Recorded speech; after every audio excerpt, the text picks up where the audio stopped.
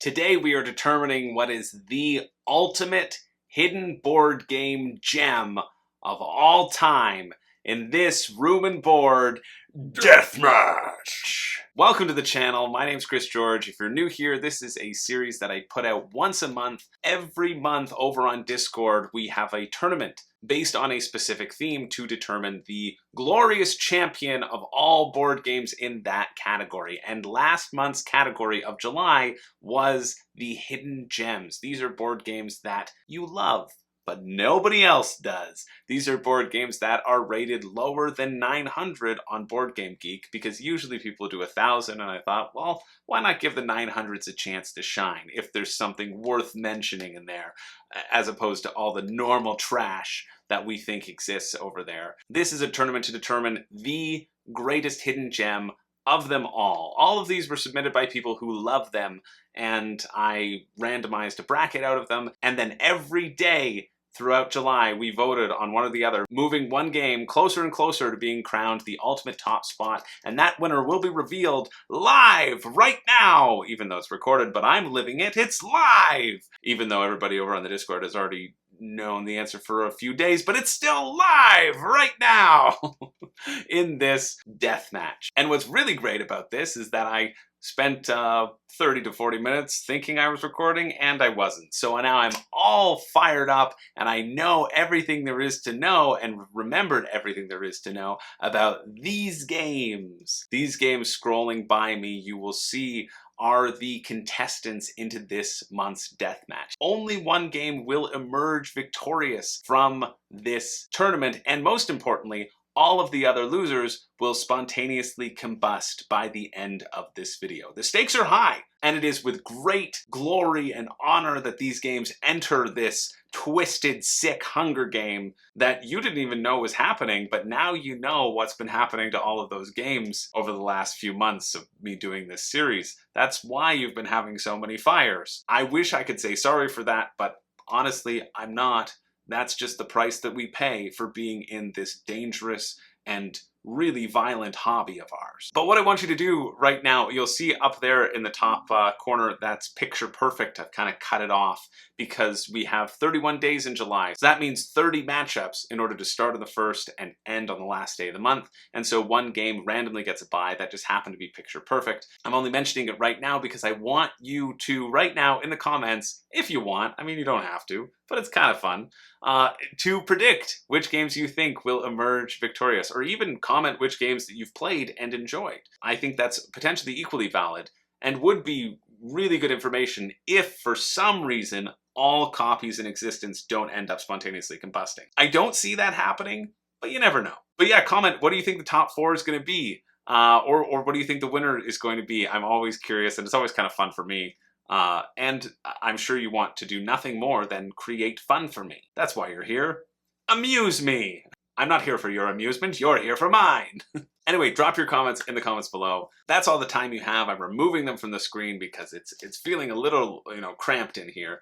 And we are going to get into the tournament right away. Now, if you are familiar with this deathmatch format, you'll know that everybody gets a vote, and everybody also gets one extra vote that they can use to push their game forward, to really champion the underdog. But for this one, we decided to do things a little bit differently, because obviously I gotta keep you on your toes. There are no extra votes allowed in this tournament. They were banned. They were banned entirely, and instead the tiebreaker is whichever game has the lower Board Game Geek rating, that is further away from the #1 spot, they will move forward because they are the most hidden of gems. They are the thing that people have not appreciated enough to push it forward on the rankings in the unknown algorithm that we're basing an entire video on. So that's the rules for the tiebreakers. If a tiebreaker happens, who knows, there'll be a tiebreaker. But who knows when it'll come, it'll be the finale. Wouldn't that be exciting?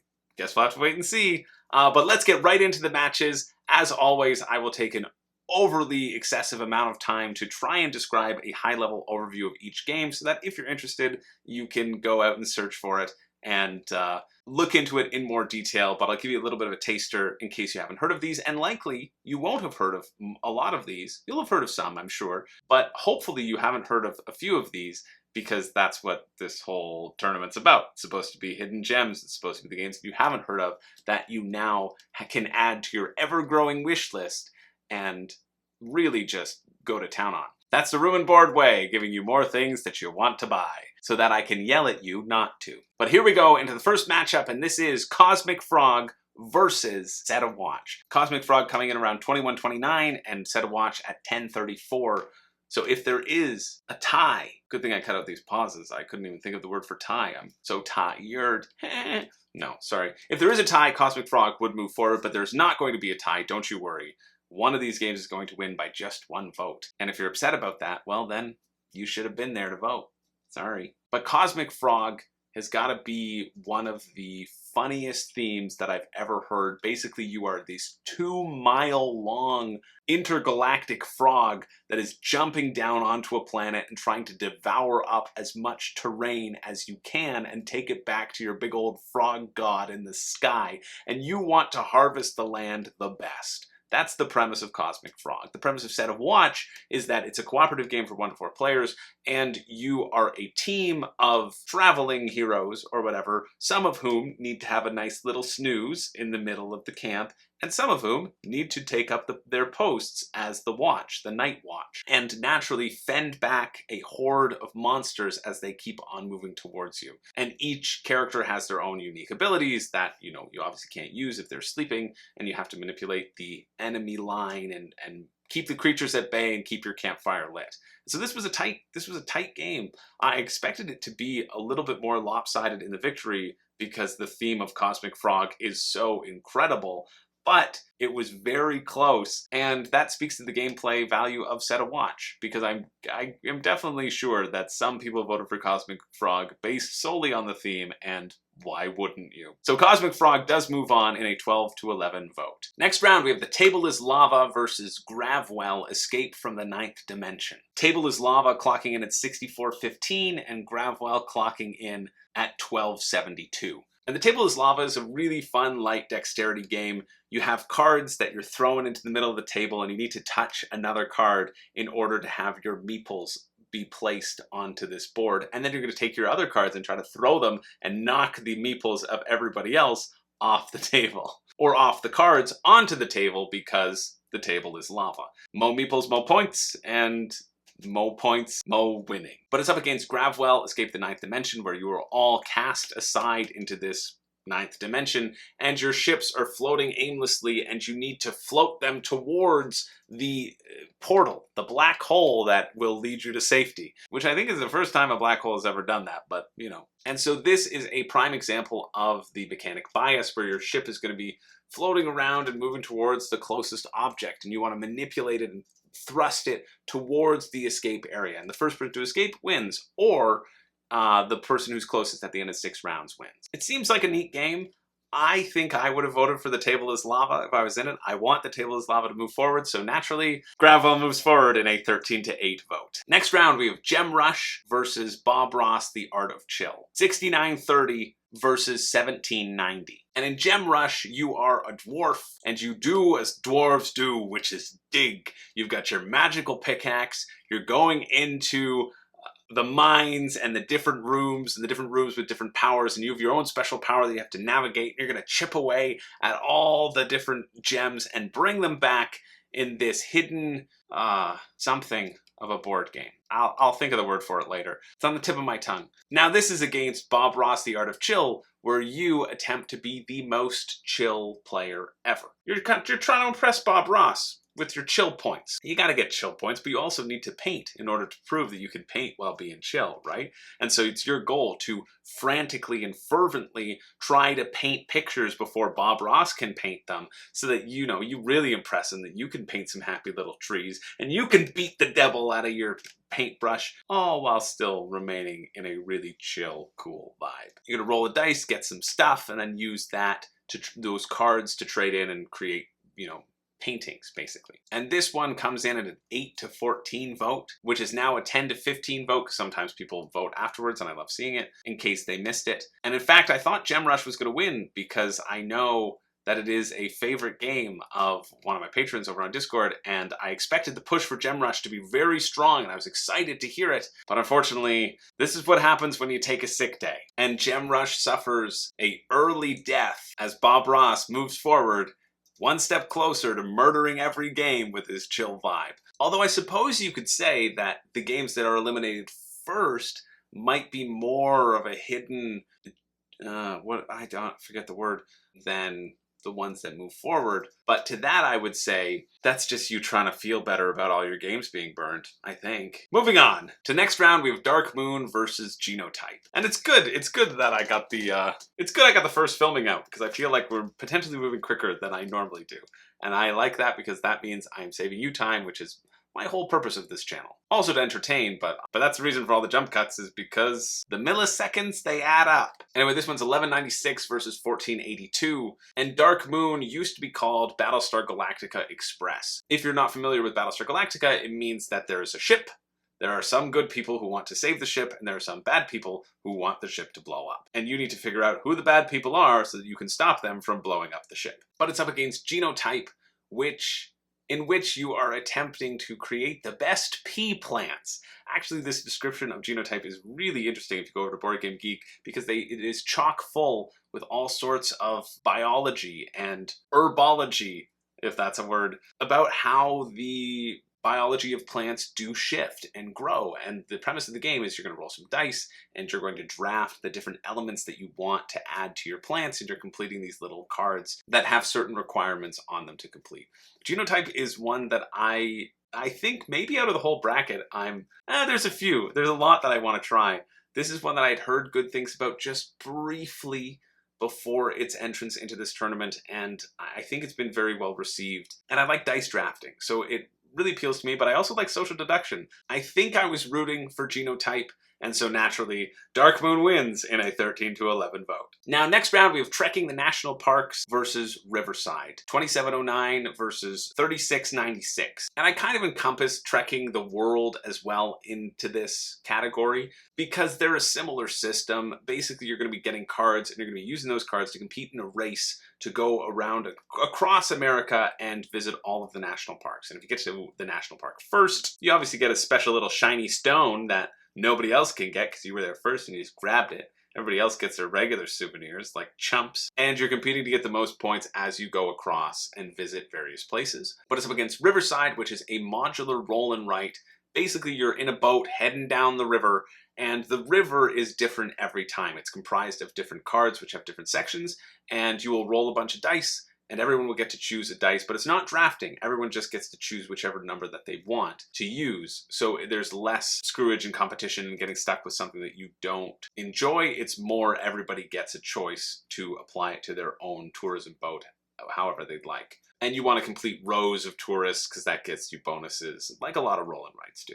We got talking about Riverside. Somebody said it's closer to Trek 12 than Fleet the Dice Game, if those are reference points for you. And just that it's a very light, easy, accessible, plays super quickly, decent roll and write. Unfortunately, the Trekkies were out en masse giving memes of Parks and Recreation, trying to win votes to their side, so this did end up in a tied 11-11 vote. But since there were no extra votes, it came down to the tiebreaker, and Riverside, being the lower rated game, moves on to the next round. And speaking of next rounds, here's ours. Rallyman GT versus Marvel Crisis Protocol. Or rank 999 versus 1964. And I just can't help but think, what if I did put it as 1,000? Then would I have to add Rallyman in here? Then would I have to tempt you with the allure of these Rallyman cars, one of the greatest campaigns to kick off GameFound's dominance in the crowdfunding sphere?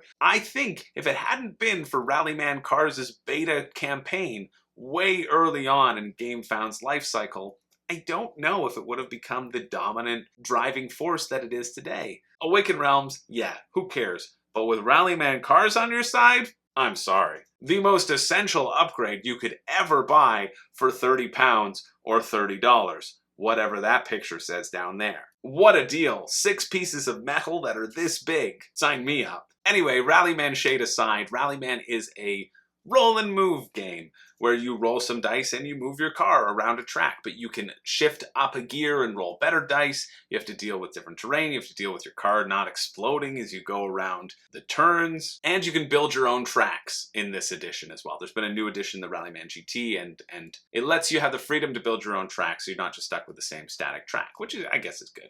Marvel Crisis Protocol is Marvel's answer to Warhammer. Basically, it's a tabletop skirmish game where you can throw terrain at each other from across the board and just beat each other up as superheroes. It sounds pretty fun, but it is still this sort of tabletop, more of a war game than a board game. And we had a very long conversation about the differences between tabletop games, war games, D&D, how everything kind of gets categorized. And I also made the caveat that if you were voting for Rallyman, you had to vote for the base game without the metal cars. So I felt like that would really swing things in Marvel's favor, because, I don't know, it seems like the main game is useless without these exclusive, impressive hunks of metal. 20 euros, that's what it is. See, I just looked at it, and that's how I knew. That's how I knew it was 20 euros, which is like 30 Canadian. That's what it was. Anyway, to the philosophical question, for me, I do consider sort of mini-based games in a different category, like the Warhammer, or I don't consider them board games. I consider board games as a self-contained thing, but that doesn't mean that we can't burn it all to the ground, which is what we are going to do as Rallyman GT inexplicably moves forward in a 13-9 vote. Next round, we have Colony versus Ratland. 2363 versus 4130. And so Colony is this dice manipulation game where everybody drafts dice and you use those dice as resources. And some of the resources can be carried over and some of them have to stay, and use it to try to build up the best colony ever. We had a huge Colony fan really put a push towards explaining their love for the game. And it was great. Like, this is why I love these sorts of tournaments, because it promotes discussion, right? We get to hear about why people love games, and then we can keep our eyes out for them later on. Also, playtime about an hour. But it is up against Ratland, which was my personal submission, amongst a few.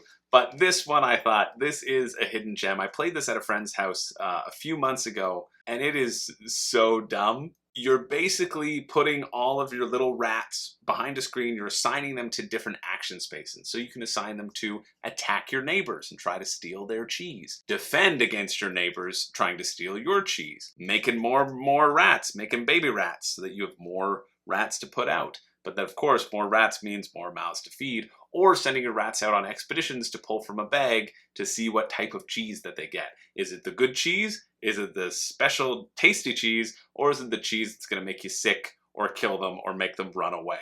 And the goal of the game is just to have the most rats at the end of it. But you need to manage how you expand your rat colony or your rat land. And it's a really funny, even I've only played it at 2 players, but even at that 2-player head-to-head, what are we going to do? Am I going to defend or am I going to go out? It was still made for some really funny moments, and it's a game that I really liked a lot. So of course Colony won in a 13-8 vote. Of course. Because everything I love must burn. That's what I've learned from these deathmatch tournaments. Now, moving along to the other side of the bracket, we've made it halfway in this first round. I'm again going to try to speed things up and get ahead to that round of 16 of fighting games, left, right, and center. But here we have Spire's End versus Barony. And so Spire's End recently had a second version of it come out called Spire's End Hildegard, and it's basically this solo choose-your-own-adventure card game. It's kind of a one-shot. You're going to progress through the story and get various items and things, but as you progress and get different things, it's not something that I see, or many people see, as incredibly replayable. Luckily, they came out with a very successful Kickstarter within the last year, because I've covered it on my Monday show. But I don't remember exactly what it is. But yeah, it's this big chunk of cards as you work your way through this adventure. And Barony is something that I talk about a lot. It is the only game that I pulled from my top 10 underrated games list that I made once upon a time. Barony is on that list, and I needed to pull it into this death match because I just think it is so good. It's like Splendor meets Catan meets chess. That's a great way of describing it. There's a modular board where you're going to be putting out little knights and turning them into settlements, and when you turn them into settlements, you get those resource points, and you can use those resources to move up your stature in the land. And if you move up 4 times, basically you win. It's a quick game, a lot of great tactical decisions, and I love playing it at 2 players. I was excited for it to be paired against, this solo-only game, because there can't be that many solo players, can't be that many people who are interested in that over this beautiful greatness that is Barony. So great that nobody even picks up the box at conventions because it looks so ugly. It's awesome. I love this game so much. And so naturally, the Spire's End moves forward in a 10-8 vote, which is now a 12-8 vote when I check back. Just really adding insult to injury. You could have made me feel good. You could have made me believe that Barony could have turned the tide of history, but no, you had to just rub salt in the wound, and believe me, I noticed. Next round, we have Black Sonata versus Tranquility. Black Sonata coming in at 940, Tranquility coming in at 1877. And Black Sonata is a solo-only game where you play as Shakespeare. Or rather, it's in Shakespearean London, where you're trying to basically stalk a woman in the town. It's a horrible theme. They say you have to pursue this elusive lady. No, you're stalking this lady around Shakespearean London, where there weren't cameras or policemen or safety regulations in place for this woman. You have to deduce her location and then get a glimpse of her identity. You don't even know who this woman is. You just know that you want to follow her, you big old creep. Yeah, if you like Black Sonata, write it in the chat, and then I'll call you a big old creep. I mean, it is you're just trying to solve this mystery and track down a missing person, but I prefer to think of it through my lens. And Tranquility is a cooperative game where you have to fill in a specific space with a number of islands, and the islands have numbers on them, and so they can only be arranged in a certain order. And the key to this game is that you cannot communicate with the other players. You just have to pick up on what they want to do and what they're setting themselves up for and not ruin their plans as you play your islands down. If you're able to complete the whole area, you win. And this one had a pretty good turnout. It's been fun that the votes haven't been particularly of the blowout state. This is the closest we've come. Tranquility moves forward in a 16-9 vote. Next round, we have Adventure Tactics, Domianne's Tower versus Fire Tower. 2376 versus 3102. And so Adventure Tactics is a campaign-driven game where you take on the role of a series of adventurers working your way through these different scenarios. And as you battle your way through this tactical game, you're unlocking additional classes that you can then use to play again and stop the evil Queen Domianne. But it is up against what I think is the frontrunner in this competition, just based upon it being a deathmatch and the fact that everything gets burned. Well, in Fire Tower, you are literally fighting fire with fire as you try to burn down your other ranger's outpost. You're throwing fire at them and hoping that the fire doesn't consume you. You're trying to build defensive barriers to stop the fire from getting you. You're trying to alter the wind so it gets blown into somebody else's tower. It's just a quick game of, burning each other to the ground, which, come on, even if it does lose this matchup, it'll be fine. It's the only game that will have ever survived a room and board deathmatch. And this again was an overwhelming vote. It was 17-6, it was 16-6, and now it is 17-6 in favor of Adventure Tactics, which moves on to the next round. Next round, we have Bargain Quest versus Bullet. 1368 versus 1092. And Bargain Quest is a similar adventuring game to Adventure Tactics. There's going to be a bunch of heroes who are going to go on quests. But the thing about Bargain Quest is that you don't play the heroes, you play the shopkeepers who are supplying them with items. And it's actually just a game about capitalism set in a fantasy setting. And you want to outfit the heroes and get that sweet marketing money that comes from when the heroes take down the villains. You say, listen, the only reason they were able to take down that dragon? Because they got themselves a little bit of room and sword. And so Bullet is based on the bullet hell style of game, which, if you're unfamiliar, it's like Contra, any time where you're just shooting bullets at something and it's this wavy pattern that you have to deke around. That's what it's trying to replicate into a board game. You're going to have a number of different symbols and you're assembling these symbols in columns to shoot them out to your opponents who have to deal with the bullets coming their way or get hit. And then if they clear a certain level of bullets, then those get actually fired at somebody else.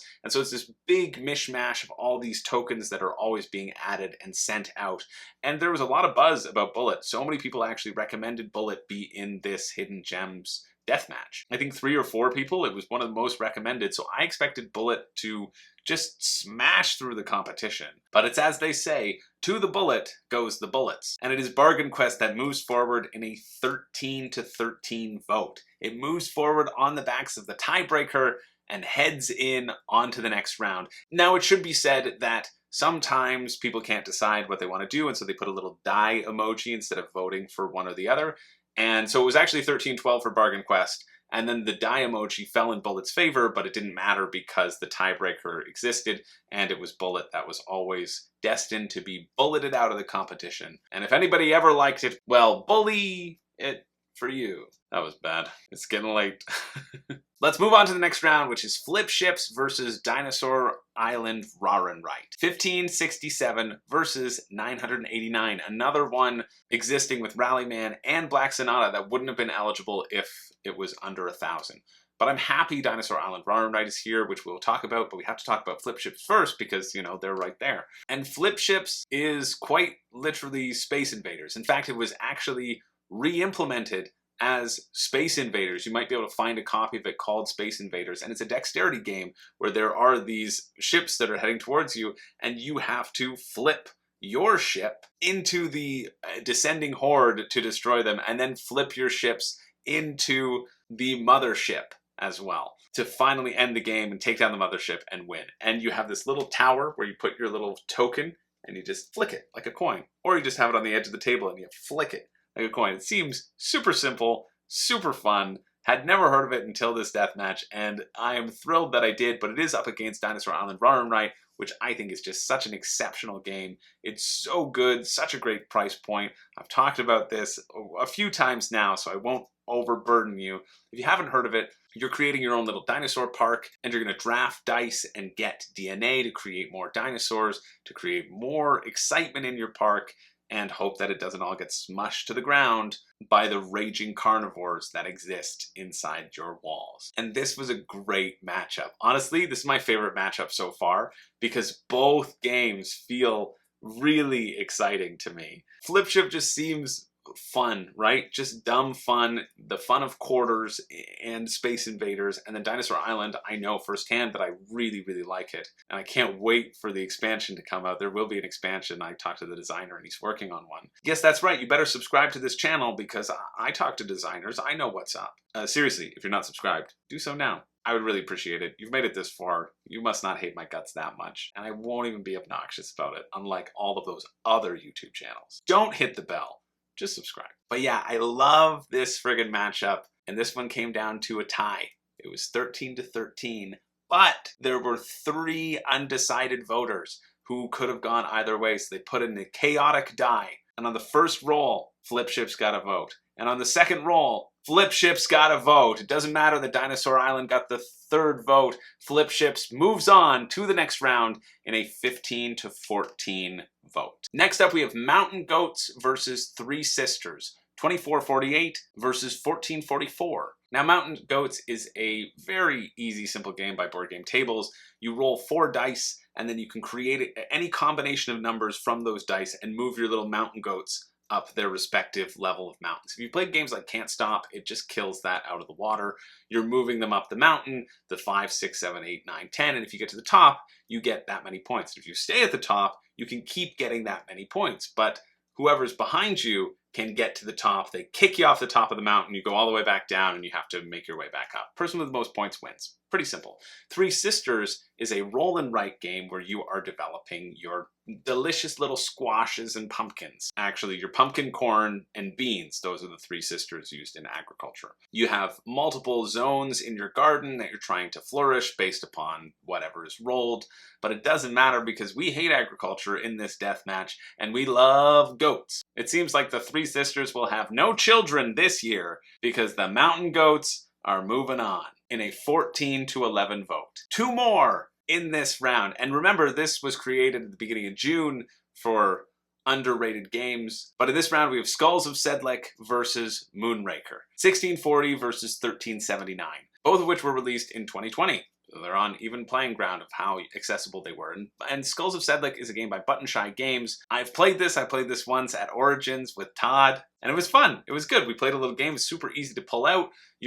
Basically, you can draw a skull or you can play a skull into your own little tableau, and you want to arrange the skulls so that they're, beside who they want to be beside in eternal death. Because there's nothing worse, other than dying, than having your remains being next to that friggin' priest's remains that you don't like. Or as a priest, you're like, you want to be on top of some convicts so that you can really save their souls for all eternity. That's the premise of Skulls of Sedlec. You're building these little pyramids. Now, Monrakers has taken off recently. Monrakers is just finishing up its second Kickstarter campaign with all of its expansions. It raised over $1 million, and I had to do a 5 reasons you shouldn't back Monrakers. And I don't know if you can call it a hidden gem anymore, because people seem to really love it and want to get their hands on it. Maybe it should be pulled from the tournament right here, but I'm sorry, I'm not interested in rewriting history. I'm interested in telling you that Skulls of Sedlec just smacked it. No, I'm just kidding. Monrakers did move on, but it was very close. I was excited for this matchup as well. It was 13-13, and then some last-minute vote switches moved it so that it was 12-15 for Monrakers, although checking it now, it's 14-13 for Skulls of Sedlec. So I don't know what sort of shenanigans have happened. I don't know how Monrakers has fallen out of favor, or maybe the hype of the campaign got to people and pushed it forward. Who knows? But I do know that Monrakers does move to the next round, and unfortunately, Skulls of Sedlec is now on fire. Take it out of your pocket, quick! Now, next round, we have Rival Restaurants versus Bounce Off. And we'll get to Rival Restaurants in a second, but I need to talk to you about Bounce Off. Bounce Off, you may have never heard of it before. If you haven't watched one of these death matches, you definitely haven't heard of it before. And if you have watched the death matches, well, you probably haven't heard of it before either, because it is such a hidden gem. Honestly, I think I might be the only person to have played it, although I will say that I'll drop this tangent for an actual sincere thing. The place where I'm staying in Southampton, Ontario currently, a neighbor close by who has a bunch of games, I opened their game cupboard, and what did I see? You bet it was Bounce Off, baby. And that's how I knew that I was in the right place. But I have to go back to Bounce Off's rating for a second. We have Rival Restaurants at 2109, and we have Bounce Off at 13,656. And this is just a travesty for what I think exemplifies fun in board gaming. And yet you get ratings and reviews like LeBryant, who gave it a 3, and yet it's in his top 85% of games of all time. There's 15% of the games are lower than Bounce Off, yet it gets a 3. LeBryant. Jacob C. Stevens 13 said he enjoyed bouncing ping pong balls into spots. He felt he was at a carnival game. And yet, that glowing review warranted a 2. I guess it's true what they say, the BGG system doesn't work, clear manipulation is in play, and everybody watching this video should go rate Bounce Off a 10. I'm very serious. Go rate Bounce Off a 10 right now and bring it back up to the rightful spot that it deserves. I understand Bounce Off Rock and Rolls being at 19,001. I get it. The sequel is never better than the original. What I can't abide is that Bounce Off Blowout, Bounce Off Bullseye, and Bounce Off Rock Around don't even get a rating. It's a travesty. This is a game that Sportomax's review calls Dexterity. And I have received word that until all versions of Bounce Off receive an official rating from Board Game Geek, they are withdrawing from this hidden gem competition because you don't deserve them. You don't deserve the glory that they would bring to your life. So it's a travesty. I don't know what's going to happen now. I guess Rival Restaurants just moves forward. They're probably relieved because they were guaranteed to burn. But I think in order to fill its shoes, there's only one thing that we can do. We can't put in one game or two. You know, we need an entire publisher's catalog of games to enter the competition. We've seen one of their games in the competition yet, but now let's bring them all in. Come on, Pandasaurus. Let's bring Pandasaurus's entire collection into this Hidden Gems deathmatch. Okay, fine. Only 3 can fit on the screen with Rival Restaurants. We'll just leave it at 3. But legitimately, I think Pandasaurus is the underrated gem, the hidden gem of publishers currently. I am loving almost everything that they've been putting out. I haven't played a game by them that has missed for me yet. And so it's only fitting that we bring in 3 of their popular titles, The Loop, Brew, and That Time You Killed Me, all of which are sitting below the 1,000 mark. 1070 for The Loop, 1481 for Brew, and 3,016 for That Time You Killed Me. But honestly, I am a little bit sad because Rival Restaurants sounds, I keep pointing there, I'm fairly certain it's going to be there. I think Rival Restaurants is there. I'm fairly certain I got it right. Oh, I just love that in Rival Restaurants you're trying to get first to 20 points, 20 popularity points, and be called the wiener. You can be the big wiener. You get some money, you decide where you move, which location you move to, you get some ingredients, and then you have 1 minute real time to barter with everybody else around the table and get the ingredients you need to get the most popularity points. Now the Loop is a quirky, time-traveling, cooperative game where you battle the evil Dr. Foe, who used to be Dr. Fu until they realized that was potentially an offensive stereotype, where you have to navigate the board and stop Dr. Foe's plans, even though more and more copies of him keep popping up, and you have to really clamp down and stop things from getting out of control. Brew, I've done a full review of this on the channel, so I feel like I've talked about it a lot. You are playing druids, you're brewing potions, and you're also vying for area control over this forest, where you place your dice down. You roll your dice, you place it on certain symbols, you get those ingredients and you brew potions with them, and then you fight for area control in really mean ways while using your potions to give yourself one-time powers. And then finally, that time you killed me is basically like abstract chess, 3D chess. You have 3 different boards, one that represents the present, the future, and the past, and you're sending yourself back in time or forward in time to try and murder all the copies of the other person. And you basically do that by pushing them off the grid. If you push all of them off the grid, you win. But more and more copies are always going to be popping up. This is a tough deathmatch slot to be in. It seems to be getting out of control. I'll rein it in for the next deathmatch, but this time we got 4 of them, and it feels pretty unfair. A lot of these would feel like very good second round contenders, but only one can move on. In 4th place, Rival Restaurants is out with 4 votes. Then it was That Time You Killed Me with 6.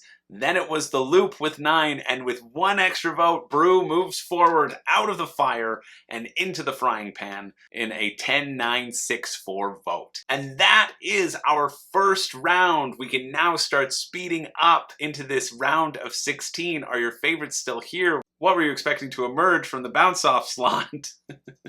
As things tend to do. Perhaps I'm getting too predictable. Right? Didn't predict that. So let us head on into the round of 16, where we have Picture Perfect versus Cosmic Frog. And Picture Perfect was the game that got the bye. It can earn its spot by defeating its first competitor in the competition. This is my punch. My wrist is like, yeah, that's how you punch, right? Punch with the wrist. Picture Perfect, the goal of the game is to take the perfect picture, but you can only take 1 picture, and you have to maneuver everybody around so that they are in the frame when you finally snap that perfect shot. Because everybody in the picture has, desires for the picture. Maybe they want to be at the front of the frame because they're an attention hog like me, or maybe they want to be under the table stuffing their face with truffles because they're a literal hog like me. And so you're trying to get information, and you only have a limited amount of information that is a secret that you have to use to get that perfect picture. Become the master photographer, like me on my personal Instagram account. And this is one where the vote has now been changed. Cosmic Frog is moving forward in a 13-12 vote officially, but as I check it now, it's now 14-13 for Picture Perfect. So again, history could have been changed. There's been a lot of really close votes in this tournament, and that makes it exciting and even more saddening when your favorite games burn. But we're in the round of 16. That means we can keep moving along and get this thing all wrapped up before supper time, which for me is at night. Next round, we have Gravwell, Escape the Ninth Dimension versus Bob Ross, The Art of Chill. The Battle of the Colons. Which colon will be stronger? The space-themed game of throwing yourself towards a black hole, or the painting game of throwing yourself towards a colorful hole? I wish Bob Ross's hair was black, because then I could have said black fro, but there you go. This is again one where the votes have changed after the fact. Bob Ross does win and move forward in a 9-8 vote, but currently it's a 13-10 vote for Gravwell. People didn't get their votes in time, and this is what happens. Feast your eyes on the happy little clouds as Bob Ross moves forward. Next round, we have Dark Moon versus Riverside, Social Deduction versus Roll and Write, Hidden Traitor versus Rivers. And I've never played Dark Moon, but someone was saying that Dark Moon is their favorite Hidden Traitor game because it plays very quickly. It doesn't overstay its welcome, but you still get some sort of meat to it. But it doesn't have to be the only thing you play that night. And those games appeal to me. And this was a close matchup. There was a lot of indecision between the two. And Dark Moon was actually leading by a 10-9 vote. But there were 3 rolls of the dice to happen. And Dark Moon got the first one. And then Riverside got the second one. And then Riverside got the third one, ending in a tie And of course, Riverside being ranked in the 3000s versus Dark Moon's 1000s, this roll and write game that my Discord members have been giving me, that I honor strictly with no bias, has resulted in another tie for Riverside, and the tiebreaker moving it forward into the next round. It continues its streak of just scraping by on the backs of a rule change for this tournament. Next round, we have Rallyman GT versus Colony, and I am expecting Colony to wipe the floor with Rallyman here. I do not see the appeal of Rallyman. People need to drop in the comments what is appealing about Rallyman other than the obvious amazing cars. I mean, I get that point. The magic racing game versus the dice manipulation that took out my personal favorite, Ratland. I thought the passion for Colony would continue pushing it forward, but it came down to one vote, and Rallyman moves forward in a 12-11 vote. Inexplicably to me. But hey, people have different tastes, and I guess that's okay. Next round, we have Spire's End versus Tranquility. Spire's End, as we remember, being the solo choose-your-own-adventure game, and Tranquility being the co-op game with no talking, no speaking, just like Thanksgiving at my house. That's how you avoid arguing. And again, we have a tie. I've never seen so many ties, but maybe that's because of the absence of the extra votes. And so, of course, the tiebreaker comes down to the BGG rating, which, if you remember, Spire's End is in the 2000s and Tranquility is around 1400. And therefore, it is Spire's End that moves forward, and Tranquility burns and screams in the most non-tranquil scream you've ever heard in your life. Really, it was awful. It's just awful. But on to the next round. Let's get another victim. We have Adventure Tactics versus Bargain Quest. And this is a fun matchup. I'm happy that these two are facing off against each other, because Adventure Tactics is about the heroes going on their journey, and then Bargain Quest is about the people supplying the heroes going on their journey. And I thought that Bargain Quest would win here. I thought the theme would have a little bit more of a strong appeal. Adventure Tactics, the descriptors and stuff that's been around it hasn't really wowed me personally, but seeing the support for it has made me excited to potentially check it out. Unlocking those elite classes feels like it could be cool, and it received quite a lot of support as well as it moved forward in a 16-11 vote, which is now a 17-10 vote retroactively, but it's 16-11 officially as it moves forward into the next round. Next up, we have Flip Ships versus Mountain Goats. And this is, again, a match that I'm excited for. I think I'm pulling for Flip Ships here because it took out Rawr and Right, which I love, and just the concept of Flip Ships really feels good. But Mountain Goats is a really solid filler game. It just is. My friend Matt bought it at Origins when we went down there. We played it together really quickly in between something and just had a blast. I played it at Breakout Con as well. Someone just pulled it out of their bag and we were just able to just bang out a game quite quickly. We got 2 games, and it's fun just screaming at each other as people roll dice that you don't want them to roll, right? But unfortunately, Mountain Goats are no match for Flip Ships, whose box design allows it to be flipped upside down and still says Flip Ships, which is just one of the greatest box designs I think I've ever seen. And so unfortunately, the Mountain Goats fail in their quest to be the best ever death metal band in Denton, and end up food for the wolves, and are never destined to find love, love, love. Those are songs by the Mountain Goats. Great band. I like them.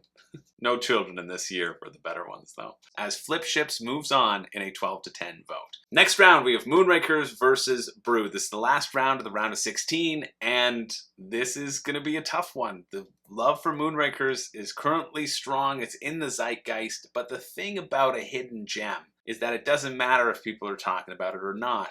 It stays consistent, it stays solid, it stays great. And even if people started voting for Monrakers so that they could justify spending an obscene amount of money on everything, it is Brew that moves forward in an incredibly dominant 15-7 vote, which ended up being a 15-8 vote because somebody rolled the chaos dice, but didn't really matter. So your vote and your voice meant nothing. That now moves us into the quarterfinals. We are moving right along, heading towards the ultimate hidden gem game. I hope your games are going to win, And I hope somehow 2 of them manage to win so that you can still hold on to them, but probably not going to happen. Now in our first quarterfinal match, we have Cosmic Frog versus Bob Ross. Bob Ross, inexplicably, is still in this competition, and I really don't think he should be. I mean, I guess he should be, that's how people voted, but I think my bias from all the board game groups that I've seen it being sold in, at a very cheap price, has made me not interested in it. And that's a bad thing. And that is a weird thing as well. Or maybe I'm just really fond of the theme of Cosmic Frog and hope that it gobbles up all of Bob Ross's paintings, and that is exactly what it does. Bob's reign of terror ends here. He was trying to be the most chill, but nothing can be more chill than a giant acid trip frog eating up all of your happy little trees as Cosmic Frog just wrecks Bob Ross in an 18-5 vote. Next round, we have Riverside versus Rallyman GT. Again, something that I think is inexplicable that it's still in the competition, and yet it is, and maybe it will continue. Or maybe we'll get another tie and have Riverside move forward in its 3rd tie in the round. Now that didn't happen, a tie did not occur. One of these games did win outright, and I hope I had a half-hearted attempt at faking you out, because Rallyman Cars is no more. I didn't want to call it Rallyman Cars this whole time. It's Rallyman GT, but I always refer to it as Rallyman Cars because of the integral cars to the gameplay. But there we are. We can't do another take. Too late for that. Riverside does move forward in a solid 13-9 vote. They won the battle of the dice. It's roll and move versus roll and write. I know which one I'm taking. Now, next round, we have Spire's End versus Adventure Tactics. Both of these are in the 2000s. 2664 versus 2371, at least at the time of this matchup. And with the steam that Adventure Tactics was picking up, I expected it to overcome Spire's End. I expected Spire's End being a solo choose your own adventure that's kind of a one-shot to peter out eventually. And boy, was I wrong. Because while it was close, Spire's End still moves forward. It has a very passionate fan base, and it moves forward in a 14-11 vote into the semifinals. This matchup again got us talking about what makes a hidden gem. Have all of the good hidden gems like Ratland and Barony, and you know what, I'll even give it to Colony. Have they been eliminated from the competition already? And while the answer is yes, it was also because both of these had fairly decently successful Kickstarters. And so the question is, are they a hidden gem if they have had success on Kickstarter? Or what is this threshold? How do we define it? And it's hard to define, right? It's hard to know if the circles that you exist in talk about things. I mean, a lot of games to non-gamers seem very foreign. And it is to a certain extent our level of immersion in the hobby that defines what a hidden gem actually is, right? But all I know is that Spire's End moves on, and it's also kind of an interesting discussion. Especially because I think a lot of people were torn between the two and were trying to decide what's the more hidden gem as well. That was a bit of the criteria of pushing things forward, is like, I think all of these games are fairly good because people are recommending them, and so they are at least good to someone. Unlike my ex-wife. No. I don't know why I like that joke so much. They're at least good to someone. And so then determining based on what's more hidden and what isn't is, I think, a significant determining factor for moving things forward in the competition. Now, speaking of the competition, we have Flip Ships versus Brew. And I don't know how I want this one to go, honestly. I think both of these games are quite deserving to move forward, but only one can survive. Brew is at that really accessible price point. I'm not sure what the price point on Flip Ships or Space Invaders is, but I think it also is fairly accessible because you're just flicking things at things, right? And while I am glad that I have successfully said Flip Ships and not what apes do, as the GIFs were being posted back and forth in the Discord, it makes me a little sorry to see them go, as Brew moves forward in a 14-11 vote. So here we are, we've made it. We've made it with less shenanigans that are usually in this deathmatch, but I'm sorry, it's just the focus is on the games this time, okay? I'm sorry. I'm sorry. This is where I would cut together something really good, but I don't have anything. But I do have 4 contenders for the crown. We have Cosmic Frog, Riverside, Spire's End, and Brew, all fighting for the title. Let us see which one was going to come out on top. Are any of these 4, did you expect them in this competition? I was hoping Brew would be in there because I kind of knew who Bounce Off would be replaced with. And I think I was hoping for Cosmic Frog. I didn't think Riverside would be here, and I didn't think Spire's End would be here. So maybe both of them will be knocked out, or maybe both of those will move on to the finals. Or it might be one of each. Those are the options. That's how math works. But let's take a look first at the competition between Cosmic Frog and Riverside. Cosmic Frog, which I do think has been moving a little bit forward on the back of its incredible theme. A lot of the comments in the Discord are like, yeah, I think about Cosmic Frog, it looks really fun, and then I actually look into it and I go, ah, this kind of looks weird. And then Riverside is being pushed as this modular roll and write, and I think it's being pushed forward more on the back of that modularity, and people are getting excited about that. When you really look at it, at the river segments, it's like, how modular is it? I don't know what I was expecting in terms of modular board for a roll and write. It seems like the way to do it, but it also seems like fairly simplistic when you look at it. So both have pros and cons. I honestly want another tie to see Riverside move forward. There isn't a tie. One of these games is going to win outright this match, and then they'll move on to the finals, and then who knows what will happen. And it is Riverside that manages to overthrow Cosmic Frog in what I think is a bit of an upset in a 14-11 vote. It was, again, a close vote. I would have voted for Cosmic Frog, yeah, just based on the theme. I don't even care about the gameplay mechanics. I'm interested in this game because of the theme. But it is Riverside which moves forward. And Riverside actually was, if you watched any of my Origins content, it was one of my friend Yuval's favorite games that he played. He tried a little demo of it, and he thought it was quite good as well. So at least I have that to console me as Riverside eliminates Cosmic Frog and moves on to the finals to face one of these next two competitors, Spire's End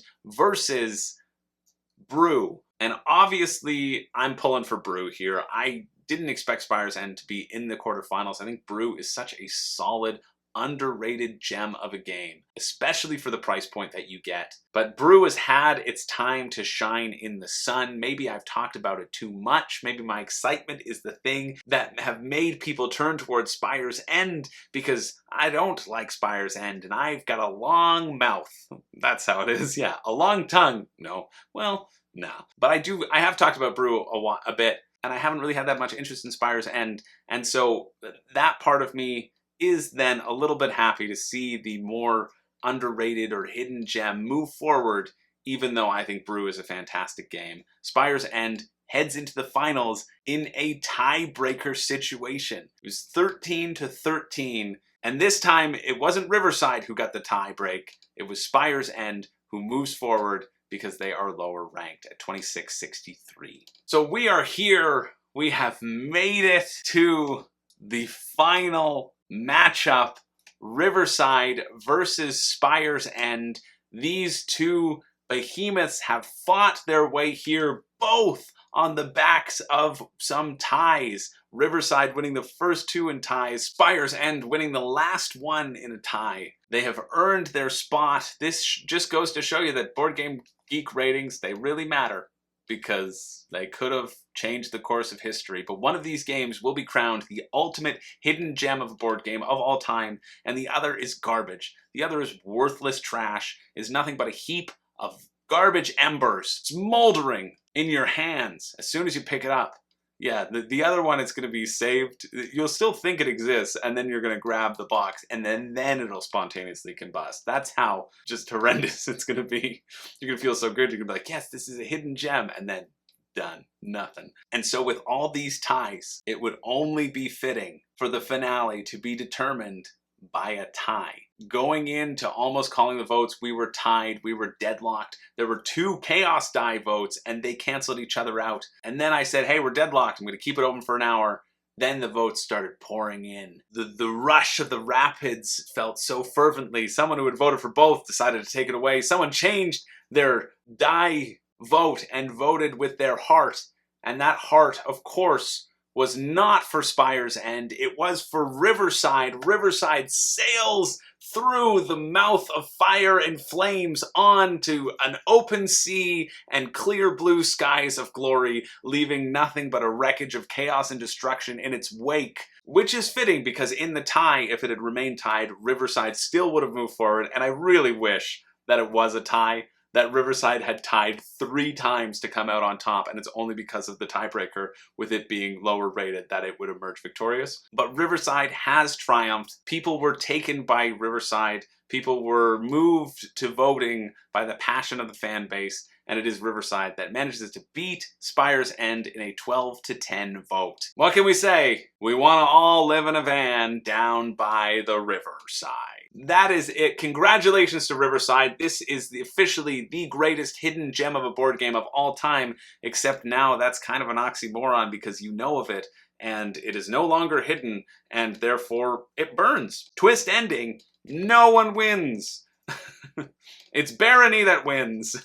It's Attack on Titan, which wasn't included because it was included in the last 2 death matches, and I don't like doing that much carryover, even though that one is a hidden gem that I will do my best to make sure it is no longer hidden after my tenure on YouTube. Anyway, that's it for the death match. I hope you found that enjoyable. Thank you so much for being here. If you want to participate in the voting process for the death matches, feel free to sign up for Patreon and get access to the Discord.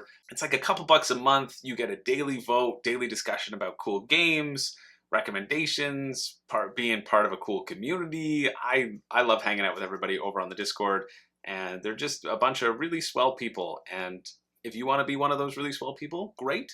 But if not, that's completely okay. That's the reason why I do these deathmatch recaps, because I want everybody to be able to participate in what I think is kind of a fun sort of event. But if you can't afford it and you want to support the channel and help me justify the hours and hours that I sink into this channel for your amusement, well, I would appreciate it a whole bunch. But again, no pressure. I understand budgets are thin. It would be hard to move me to action as well, but just think about the other things that you pay for and see if I'm worth 25 cents a video. See if I'm worth 10 cents a video a month, you know? No, I don't do 20 a month. That would be extreme since my videos tend to be pretty long, as this one is as well. If you want a sneak peek for next month's theme, it's going to be Crunchy Euros, so be sure to tune back in to see the Crunchy Euro Deathmatch. Thanks again for being here. My name's Chris George. I don't have a catchphrase, but I've been talking for hours because, you know, the first 45 minutes didn't film. So I do have a tickle in my throat, and that's it for this video. Thanks again for being here. See you in the next one.